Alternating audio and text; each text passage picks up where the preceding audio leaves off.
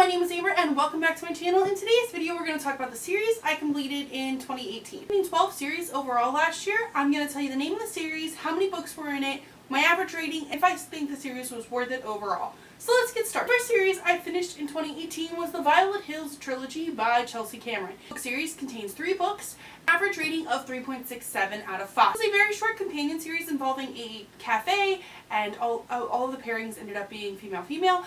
However, this series just kind of was meh overall. I felt like each work could have been a little bit longer, and it felt like the last book was basically a rehashing of the first book, so I ended up giving the series 3.67 overall, and I think it overall was worth it. The series I finished last year was the Wild Seasons series by Christina Lauren. The series is 4 books long, and I ended up giving them an average of 3.5 stars.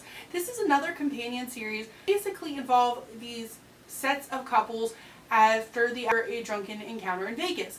And overall, I feel like this series was worth it. There were a couple of books in there that I didn't enjoy as much, particularly the second book and the last book. I felt like the second book was the weakest of the 3, about following the people that went to Vegas, and the last book was about someone who didn't go to the original Vegas trip.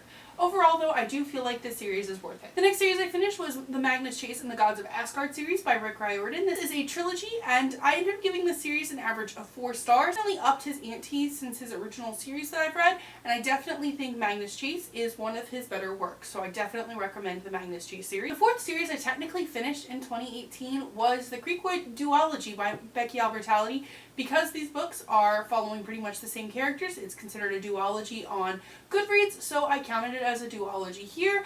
I think the series an average of 5 stars. It follows the Creekwood kids, and I definitely enjoyed it. Maledication Trilogy by Danielle L. Jensen. This series involves trolls, which is the best selling point, and I don't know how else to win you over with it, because I definitely recommend this trilogy, which means it's obviously 3 books, giving the series an average of 4.67, so I definitely recommend it. The 6th series that I finished was the Magnolia Branch Duology by Christy Cook. The series is a Romeo and Juliet, but reverse kind of series, and I ended up giving both of the books in the series 5 stars, so I definitely recommend it. The 7th series I finished in 2018 was the To All the Boys I Loved Before, or Laura Jean Trilogy by Jenny Han. I'm giving the series an average of 3.37, and it follows Laura Jean, who wrote a bunch of letters to boys that she has previously loved. I feel like this series might be worth it depending on what you want in your series. I ended up finding the second book the strongest, and however, I was not really a big fan of the main love interest for Laura Jean, so that might hinder on I recommend picking up the whole series, but overall it was an enjoyable time, and I gave it an average of 3.37. I finished in 2018 is the Villains Duology by V.E. Schwab, and this is a series that might be expanded on in the future. However, as of right now, there are only 2 books in the series, and I gave both of them 5 stars. This book follows Victor and Eli and the aftermath of them turning themselves into extraordinaries. There was the Cirque du Freak series by Darren Shan. This series is definitely a mixed bag. There is 12 books in this series, and I gave it an average of 3.83. However, this is definitely possibly a nostalgic series for me. I felt like every 3 books was technically its own little mini series, and that the middle book was the weakest and that the last book was the strongest. However, this series has one of the most interesting takes on vampires that I've read, especially for it being a middle grade series, so I definitely recommend it if you want to try something different with vampires. However, overall, I feel like it might not be worth it due to the fact it is a 12-book commitment, but depending on your thoughts on the first set, I feel like it might be worth it overall. So I definitely recommend at least trying the first trilogy out within the series. The next series I finished was the Men at Work Trilogy by Tiffany Reese. It's another companion romance series, and I gave an average of 3.33. I feel like the first book is the strongest in the series. The books don't have enough interconnection to make them really worth it for me, so I definitely think that this book series is a pass.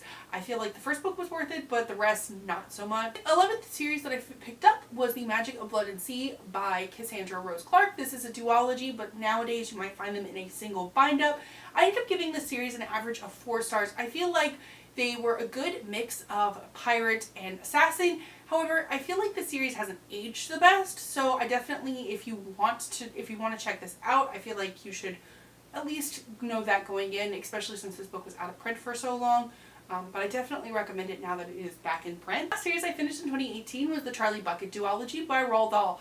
This book series involves Charlie Bucket, and the first book is Charlie and the Chocolate Factory, which pretty much everyone has probably read at this point. I gave the series an average of 4 stars. I do not think it is worth it. I do not think the second book holds up anywhere near Charlie and the Chocolate Factory. Unless you're really interested in reading Charlie and the Great Glass Elevator, I definitely could say skip this one. Hoping this year not to read so many series that are companion novels and to read some straight up series. I'm excited to see which 12 series I get to this year. If you read any of these series, do your opinions differ than mine? Let me know in the comments down below. If you like what you saw here today, be sure to like and subscribe. Thank you all so much for watching, and have a nice day!